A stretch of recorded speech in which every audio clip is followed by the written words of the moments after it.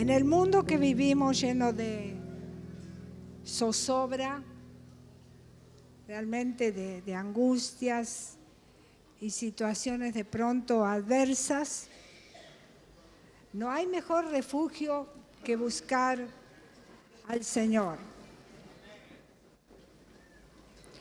Y buscar el refugio indicado, hermano, realmente que ante las adversidades que tenemos, solo lo podemos encontrar, como decía, en el Señor, nuestro Salvador, nuestro Señor. Y buscar este refugio es lo más seguro que podemos tener. Y yo quiero decirles que a medida que nosotros nos vamos relacionando con el Señor, encontramos más claramente ese refugio. Así que yo quiero hablarle en esta noche, en un momento, el deleite que significa confiar en Dios. Es extraordinario, y cuando recorremos la Escritura y la realidad de la vida cristiana, nos damos cuenta cada día más que seguro que estamos bajo las alas de nuestro Señor. Parece un tanto poético, pero es la realidad. Y es tan concreto y tan tangible que en la medida que avanzamos a esta relación de intimidad con Dios, lo descubrimos, es real. Entonces, cuando pienso en esa relación de intimidad, de ese conocimiento de Dios, como otro pasaje en la Escritura, que en otra oportunidad lo hemos visto, ahí aparece esta palabra que para nosotros de pronto escucharla nos es común, pero vivirla a veces es un tanto, parece como una utopía. Pero la realidad es que la fe es el núcleo de la vida cristiana. Y todos los que creemos en el Señor Jesús podemos, de hecho, entendemos que todo en la vida requiere fe. Hace un momento hablaba con alguien y hablábamos acerca de esto, la fe. La fe es el núcleo de la vida cristiana, hermano. Así que,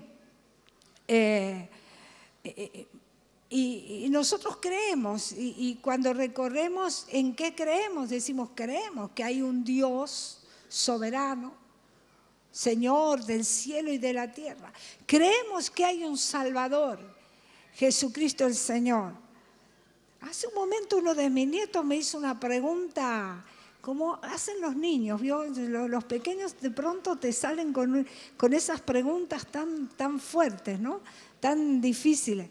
Y me dice, ¿quién es el Señor Jesús?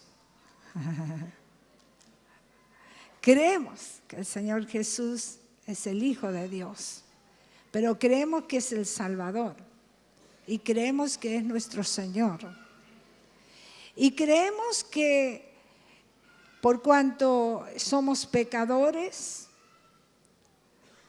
que el Señor Jesús, cuando aceptamos al Señor Jesús en nuestra vida, somos libres de esa culpa, de esa sentencia que está sobre nuestra vida por causa del pecado, porque la paga del pecado es muerte, mas la dádiva de Dios es vida en Cristo Jesús, Señor nuestro. Creemos que Él murió en la cruz para salvarnos, que Él cargó el pecado de toda la humanidad para tener la oportunidad de la salvación. Lo creemos, amén.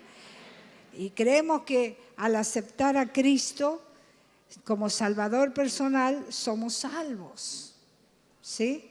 Él nos da vida y vida eterna, gloria a Dios. Esta es la seguridad que tenemos, que nos da esa vida eterna y que estamos escritos en el libro de la vida. Hace muchos años, cuando yo era más pequeñita, cantábamos aquellos himnos, y uno de ellos que cantábamos era: escrito está, mi nombre más allá, más allá.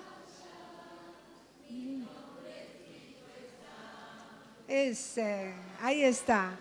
Cantábamos eso, porque teníamos seguridad en nuestro corazón y hoy creemos que cuando somos salvos, nuestro nombre está escrito en el libro de la vida. Gloria al Señor.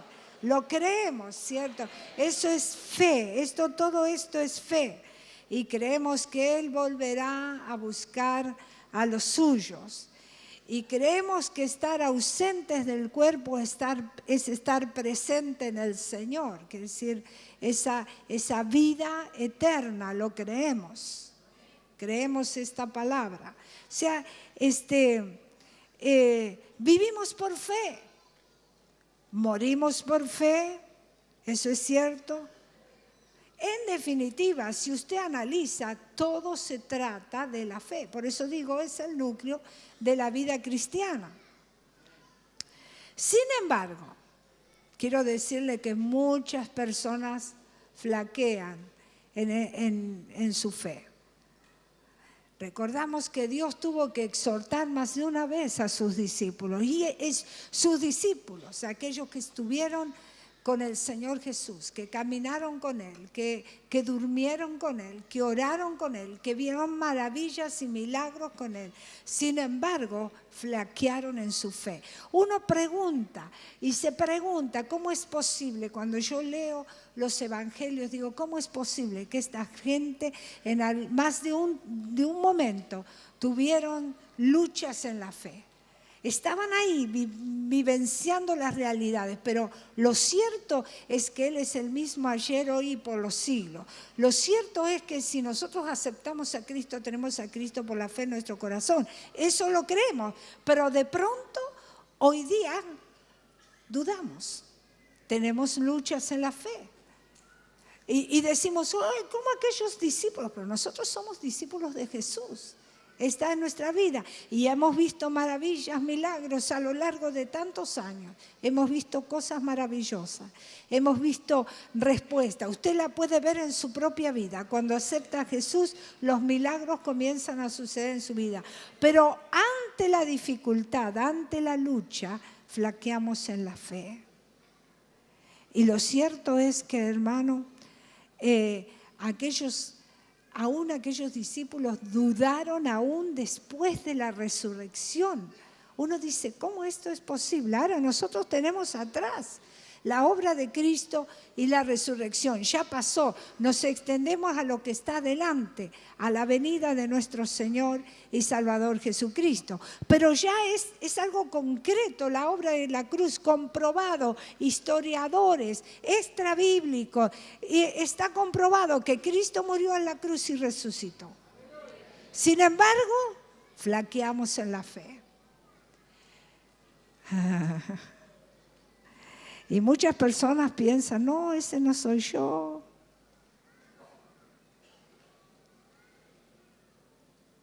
Lo que pasa es, ¿sabe por qué ocurre esto? Porque muchas personas piensan que Dios está así, pero en algún lugar allá lejos. Y lo viven de esa manera, como que es ajeno a su vida. Está muy lejos, está fuera de nosotros. Y yo creo que el gozo de ser cristiano, hermano, es saber que Cristo está en nuestra vida. No solamente saber que Dios es el soberano, el Señor del universo.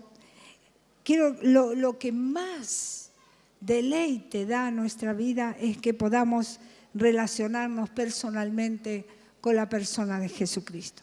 Quiero ver un texto para ir analizando lo que quiero meterme en la historia, que quiero relatarles el por qué nosotros y cómo tenemos que vencer esta situación en nuestra vida de esa flaqueza de la fe. Vamos a tener abierto el libro 1 Samuel capítulo 17 y a partir del verso 20. Sí.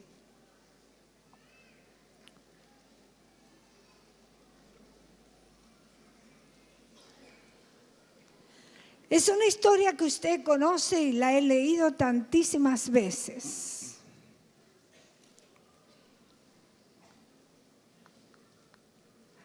Yo quiero decirle que Dios siempre está allí, a su lado.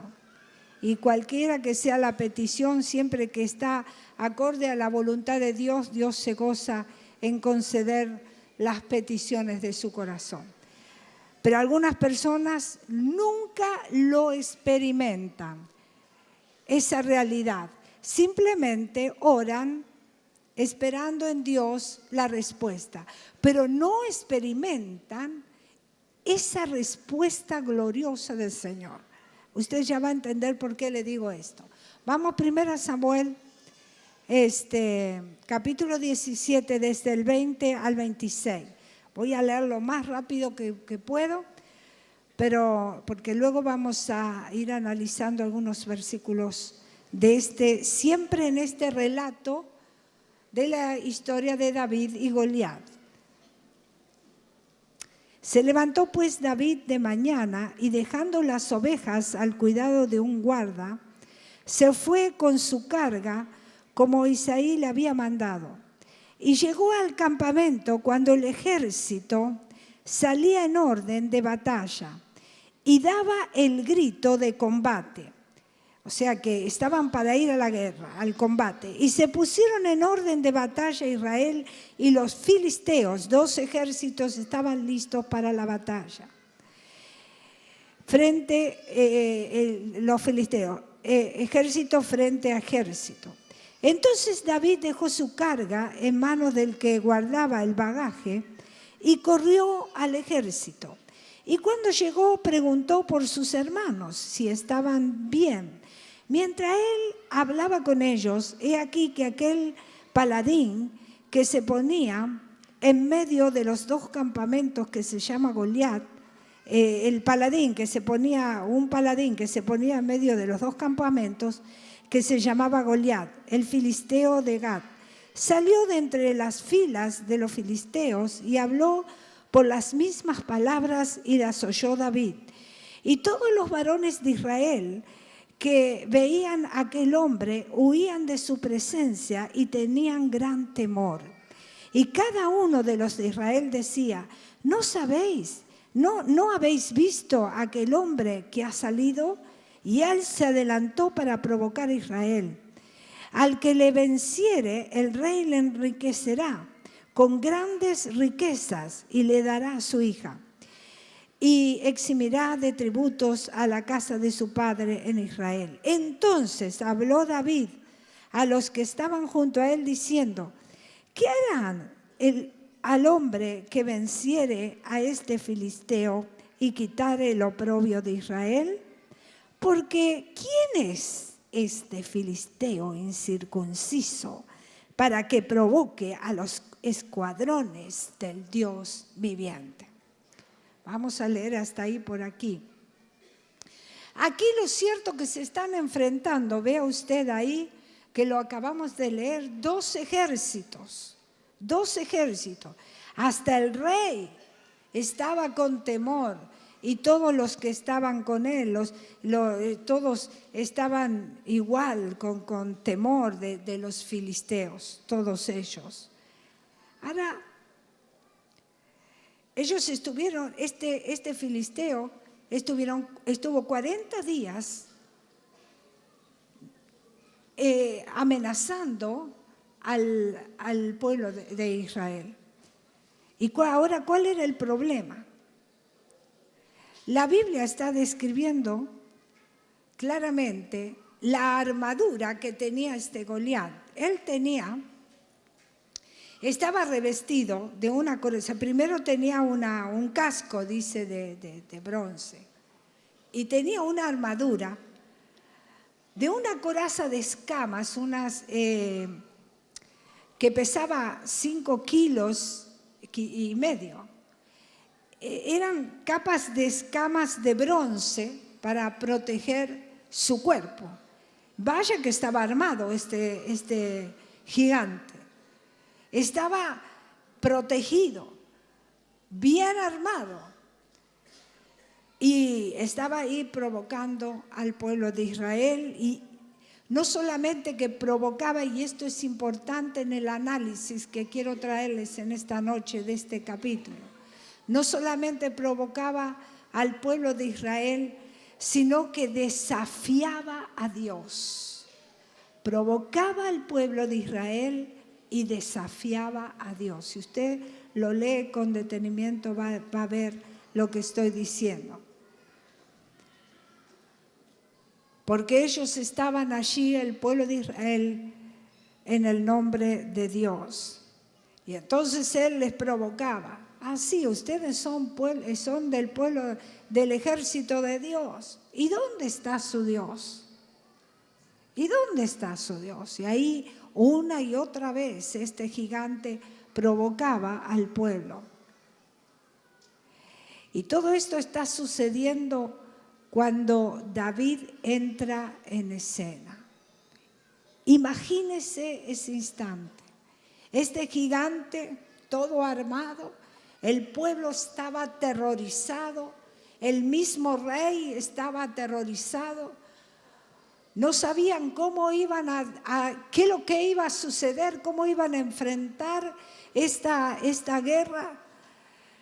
Casi que ya se sentían destruidos, se sentían derrotados, pero en este momento, ante esa escena, en ese mismo instante, entra David. Ahí está este gigante diciéndoles: ¿dónde está su Dios? Ah, sí, ustedes son del pueblo de Dios. Ja, ja, ja, ja, ja, ja. Miren, acá vengo yo. Pero ahí entra David en escena. Y después de escuchar a este Goliat, le pregunta, mire, es el último texto que leímos a los israelitas: ¿quién es este incircunciso que provoca a los escuadrones del Dios viviente? Así que David le dijo al rey, sigue la lectura, David le dice al rey: yo pelearé. Le dice al rey: yo pelearé contra él. ¿Y cómo se preparó David? ¿Se fue a preparar para la batalla? No. David se fue, dice, él no se fue a entrenar, no tuvo tiempo de entrenamiento, no tenía toda esa coraza que tenía el Goliat. ¿Él qué hizo? Se fue al arroyo y tomó 5 piedras. 5 piedras. 5 piedras lisas, dice el relato, y lo colocó en su saco. Y luego se fue. Llevaba en su mano el cayado de pastor. Para que usted se vaya imaginando la escena. Usted lo leyó miles de veces. Sabemos que esto fue así. Si usted lo lee, va a ver así.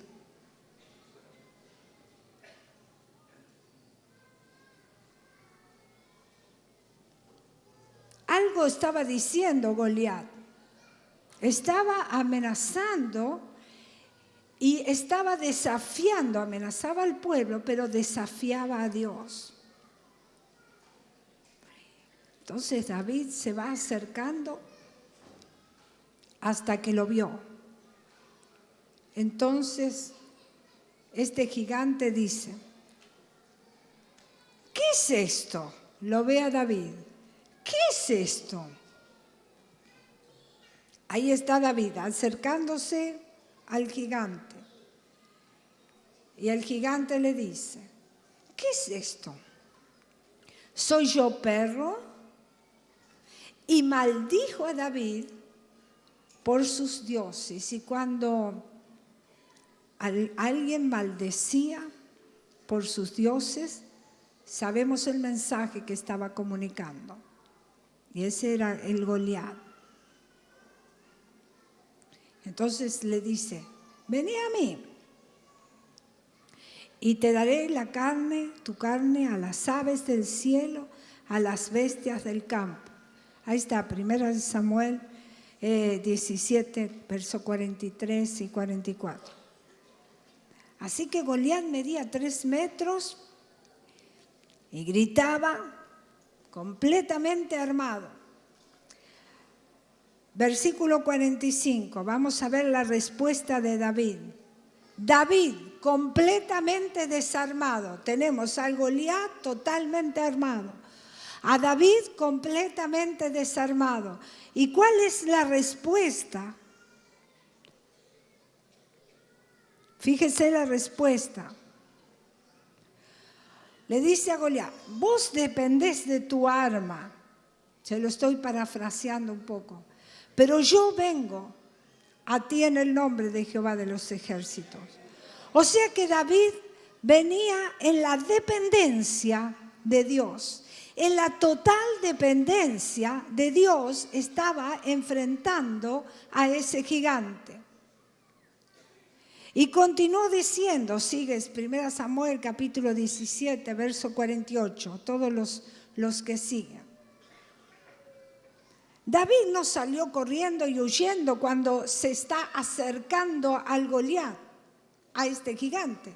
Todo lo contrario, David se está acercando y buscando un momento justo, pero cerca de este gigante. Él estaba avanzando hacia el gigante confiado en Dios. Recuerden que estamos viendo la problemática de la fe.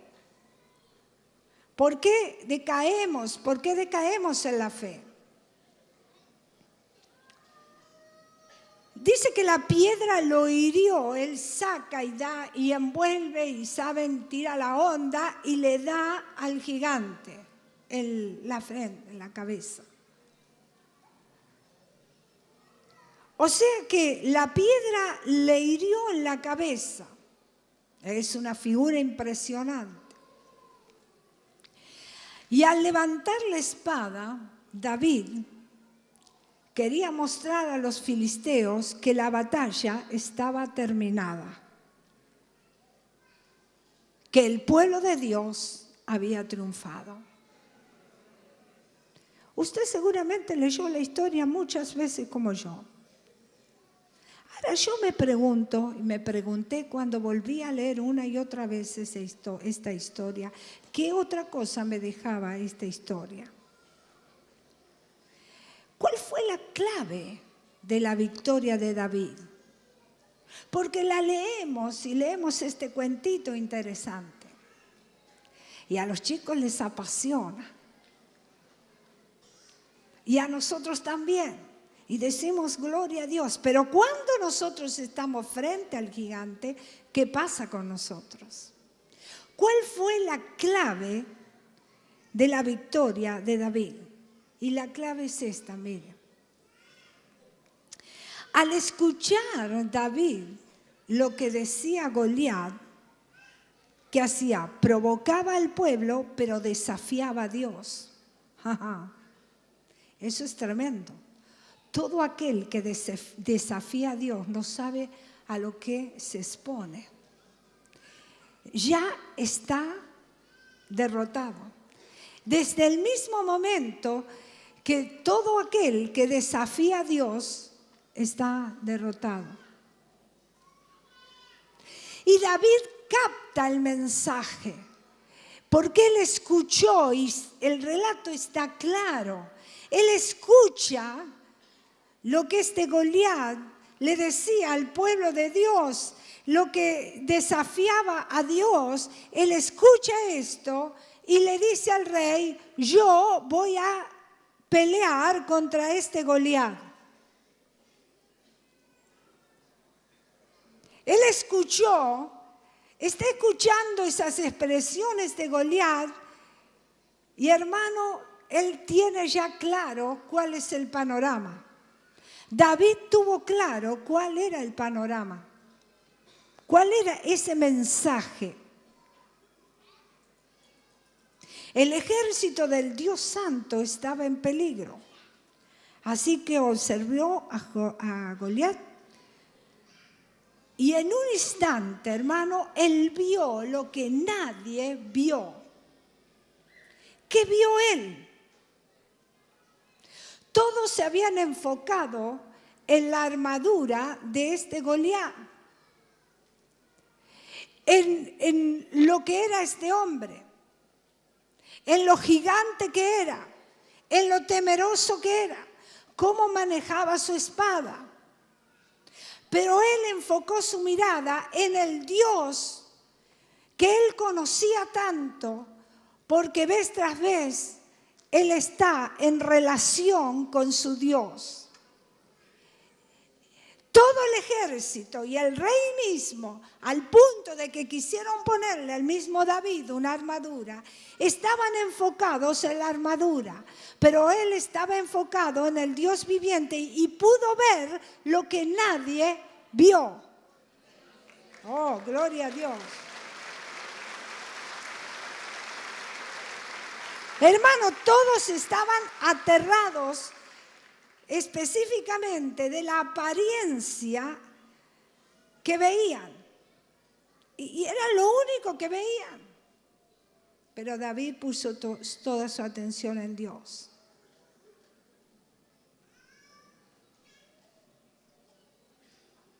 Y hermano, cuando nosotros ponemos nuestra atención en Dios, lo que el ojo humano no puede ver,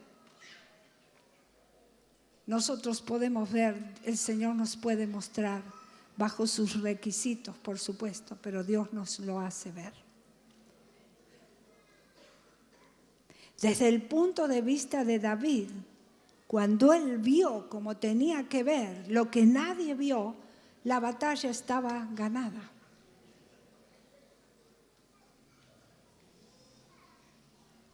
Él vio la batalla ganada antes de ir al arroyo a buscar esas piedras.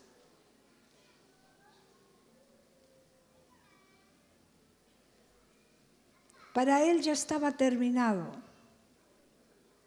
Él había visto un gigante derrotado. Él ya lo vio. Ya estaba hecho. Aquel gigante había provocado al pueblo de Dios y había desafiado a Dios, estaba derrotado.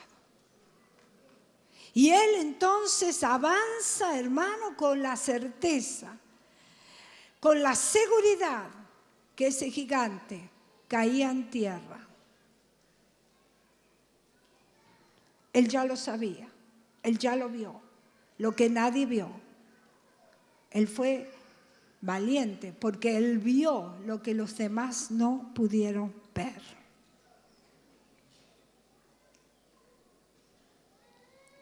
Hermano, entonces, él enfrentó a este Goliat.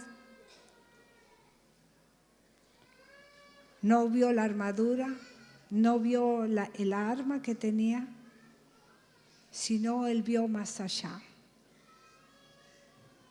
No escuchó el discurso de este Goliat que parecía tan valiente, tan osado, no lo escuchó, no le importó. Lo que vio es que detrás de ese gigante había, valga la redundancia, un gigante derrotado. Eso es lo que él vio.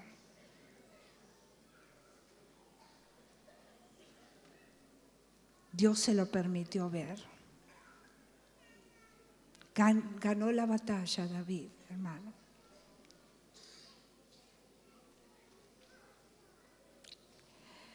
Porque hay dos maneras de ver la fe entre tantas. El de la fe que dice, sé que Dios puede hacerlo. No estoy seguro, pero sé que Dios por alguna persona puede obrar. Y el que dice, cuento con eso, creo que es así,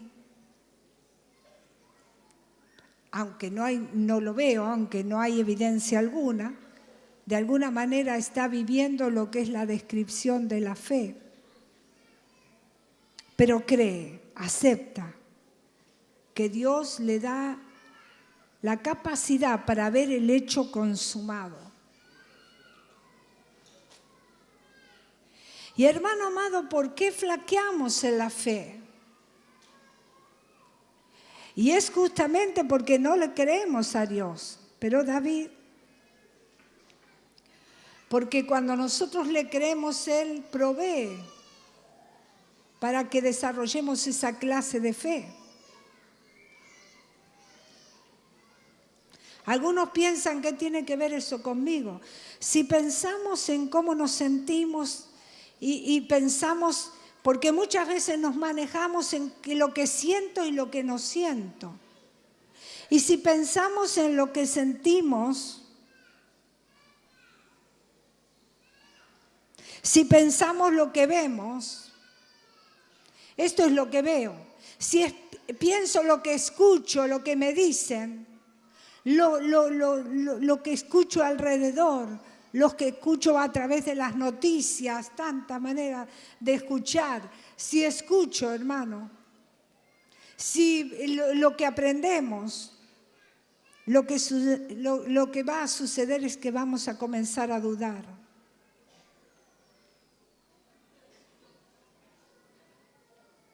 Escuche bien, hermano. Si confiamos plenamente en el Señor, si oramos por algo, creamos que Dios lo va a dar.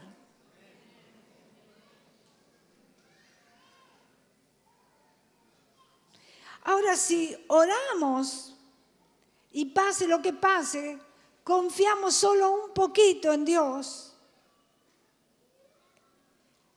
y no va a poder ver como tiene que ver. No va a ver el hecho consumado. Porque usted está pensando, y sí, pero quizás, no lo sé, no estoy seguro. No sé si lo hará. La situación es difícil. Oré a Dios, pero está difícil. Entonces, hermano, quiero decirle que algo anda mal. Usted va a preguntar, ¿por qué? Mientras nuestra oración sea de esta manera, no hay fe. Fe es la certeza de lo que se espera, la convicción de lo que no veo. Entonces, por esta razón, aún estamos. Esa sensación de que creo un poquito es estar afanados. Cuando leemos la palabra afanado, nos parece que tiene que ver, anda por otro caminito. Pero afanado tiene que ver cuando creemos un poquito en Dios. Creo, pero. Entonces eso quiere decir que usted todavía está afanado. Sé que Dios puede, se goza quizás en pensar en eso, pero dice, quizás lo va a hacer. Y hasta dice, ¿y si Dios quiere? La realidad es que todavía estamos ansiosos. Estamos preocupados. Y ese afán es lo que es la realidad, es lo que está diciendo que no estamos confiando plenamente en Dios. Confiar plenamente en Dios es confiar totalmente en Dios. Mire, si le pedimos algo a Dios y nos preocupamos, seguimos preocupados, seguimos tristes, seguimos luchados, seguimos en la incertidumbre, entonces no es plena confianza en Él.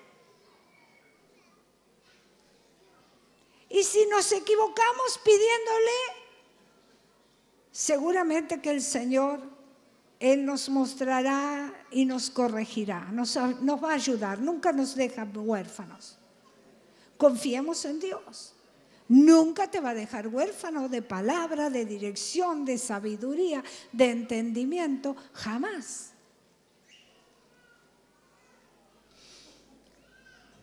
Dios no guarda secretos, Él sabe guiarte y en los caminos de sus propósitos, si buscamos su voluntad. Y algunos también piensan, no estoy seguro si me lo merezco.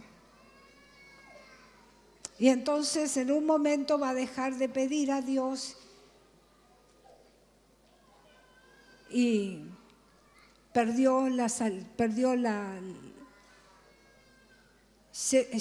perdió el beneficio. Ya voy terminando. Tenemos un casamiento, sí. Cuando nosotros asumimos esta postura, hermano, inmediatamente comenzaremos a agradecer al Señor, a honrar al Señor, a postrarnos delante del Señor. Ahora, para que esto se desarrolle plenamente en nosotros, para que esto suceda, tenemos primero que tener un corazón limpio, la mente clara y sin intenciones incorrectas en nuestro corazón. Y entonces usted podrá ver como David pudo ver completamente. Usted tendrá una visión clara de esa guerra y usted dirá, esa guerra está ganada en Cristo Jesús. Porque el diablo viene sobre usted como vino Goliat y desafiando a Dios. Y cuando el diablo viene y ese enemigo viene y la circunstancia viene desafiando a Dios, ya está derrotado. Usted puede ver como tiene que ver en el nombre de Jesús. Aleluya. Gloria a Dios. Cierre sus ojos un momento, hermano, en el nombre de Jesús. Yo no sé cuál es su batalla, yo no sé cuál es su Goliat, pero yo creo ciertísimamente, hermano, que usted puede ver como tiene que ver. Confía en Dios, no enfoque su mirada en la armadura que tiene ese gigante, ponga sus ojos en Dios y usted saldrá en victoria. En el nombre de Jesús, su batalla está ganada.